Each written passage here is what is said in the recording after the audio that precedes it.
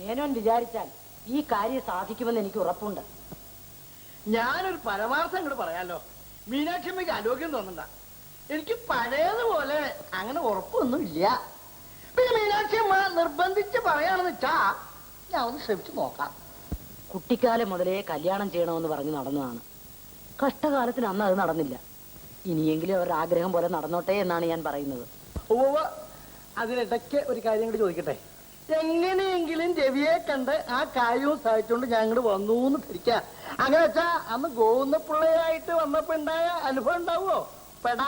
പെടേ എങ്കിൽ ഇപ്പോൾ തന്നെ സംശയം തീർത്തേക്കാമല്ലോ. ഡി പങ്കി, എന്താ വെച്ചമ്മേ? ആ രവിയെ കല്യാണം കഴിക്കുന്ന കാര്യം പറഞ്ഞപ്പം രാജം എന്ത് പറഞ്ഞു? അത് കേട്ട ഉടനെ ആദ്യം ഒന്ന് കോപിച്ചു, പിന്നെ കുറെ കരഞ്ഞു. കരഞ്ഞ് മനസ്സ് തെളിഞ്ഞപ്പം അങ്ങ് ചിരിച്ചുപോയി. ചിരിച്ചതല്ലാതെ സമ്മതാണെന്ന് പറഞ്ഞില്ലല്ലോ. രവിച്ചേട്ടന് ഇഷ്ടമാണോ എന്ന് ചോദിക്കേ എന്ന് പറഞ്ഞാൽ പിന്നെ അതിന്റെ അർത്ഥം എന്താ? അവൾക്ക് സമ്മതമാണെന്നേ. എന്റെ ശരീരം എനിക്ക് നോക്കണമല്ലോ. ഏതായാലും രവിയെ ഒന്ന് കണ്ടച്ചും വരാം.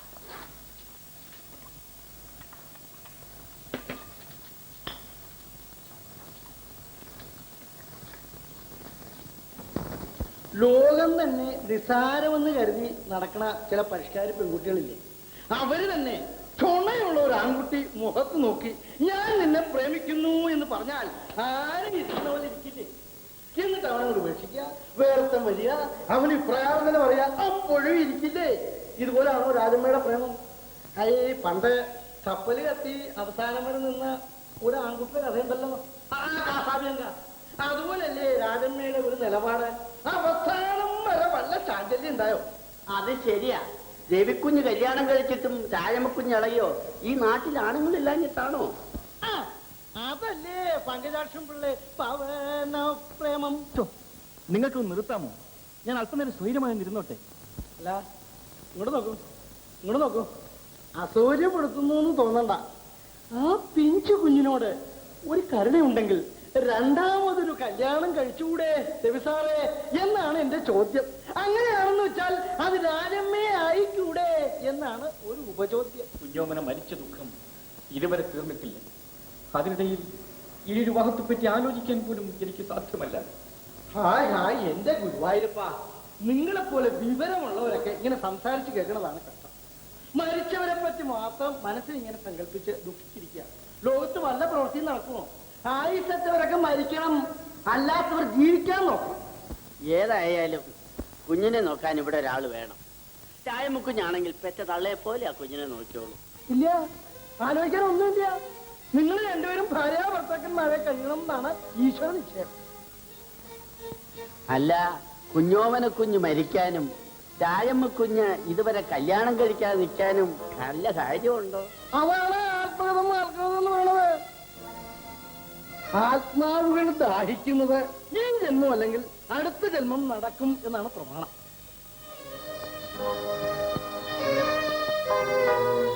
എന്തു പറയണോ? എന്തായാലും എനിക്കൊന്ന് ആലോചിക്കണം, അല്ലാതെ ഒന്നും പറയാൻ കഴിയില്ല. അല്ല, എന്തെങ്കിലും ഒന്ന് പറയണം. രാജമ്മ എന്ത് പറയുന്നു? ഇത് തന്നെയാണ് അവിടത്തെയും ചോദ്യം.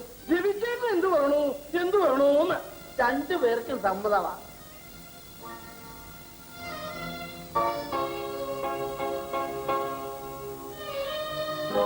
പങ്കാഷുള്ള വിവാഹം നടന്നു.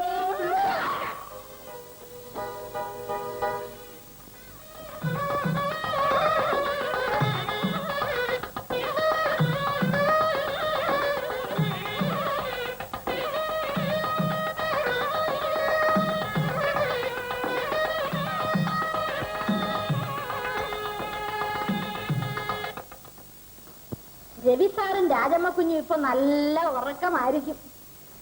ഏതായാലും പങ്കി എന്റെ ഒരു ആദ്യ തീർന്നു. പെണ്ണൊന്നായാലും 9 ആദ്യം എല്ലാം ഒരുപോലെ ആവച്ചമ്മ.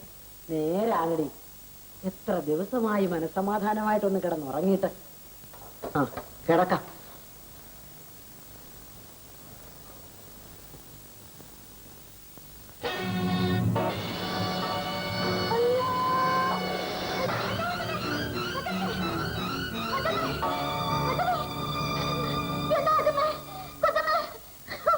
കൊച്ചമ്മ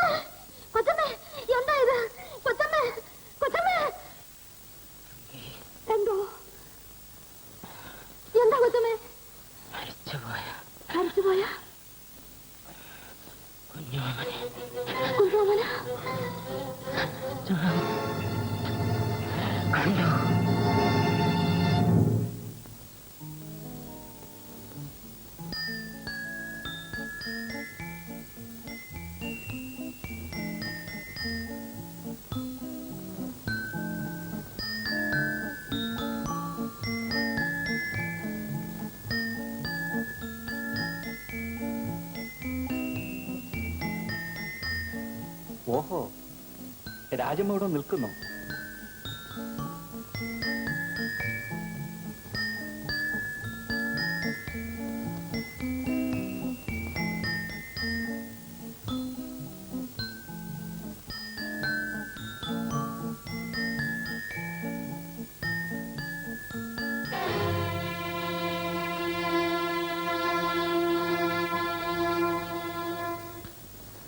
എന്താ നോക്കുന്നത്? ഈ ടീപ്പായിട്ട് പുറത്ത് വെച്ചിരുന്ന പാല് കണ്ടില്ലല്ലോ. അതിവിടെ എങ്ങാനും കാണും. ഇവിടെ എങ്ങും കണ്ടില്ലല്ലോ. അപ്പൊ കൊണ്ടുവന്നില്ലായിരിക്കും. അത് കൊള്ളാം. ഞാനല്ലേ ഒരു ടംബ്ലർ പാല് കൊണ്ടെന്ന് ഇപ്പൊ ഈ ടീപ്പായിട്ട് പുറത്ത് വെച്ചത്. പിന്നെ എവിടെ പോയി? ഞാൻ അതാണ് ആലോചിക്കുന്നത്. ആരാ?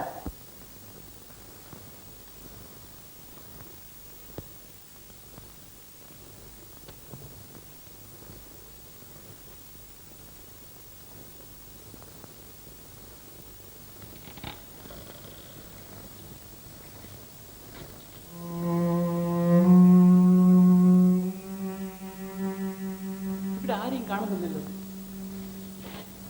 പാൽപാത്രം കൊണ്ടേ കിടക്കുന്നത്. ഇതെങ്ങനെ ഇവിടെ വന്നു? നീ ഇവിടെ കൊണ്ടു വെച്ചതായിരിക്കും, അല്ലാതെ എങ്ങനെ വരാൻ? ഞാൻ നേരാണ് പറയുന്നത്. ഈ പാത്രം ഞാൻ ടീപ്പായിട്ട് പുറത്ത് വെച്ചിരുന്നതല്ലേ. നീ ഓർമ്മിപ്പിച്ചുകൊണ്ട് എന്തൊക്കെയോ പറയുന്നു. പങ്കജേട്ടാ, പങ്കജേട്ടനാണോ ഈ പാൽപാത്രം അവിടെ കൊണ്ടുവച്ചത്? പാൽപാത്രം ഞാനല്ല ഒന്ന്.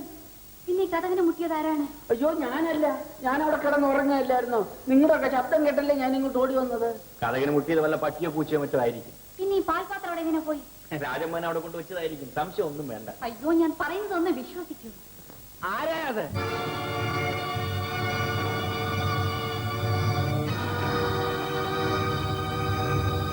ആരാ? ആ ചെടിയുടെ ഇടയിൽ കൂടെ ആരും അങ്ങോട്ട് മാറിയതുപോലെ തോന്നി. ആരാണെന്നായി പറയുന്നത്?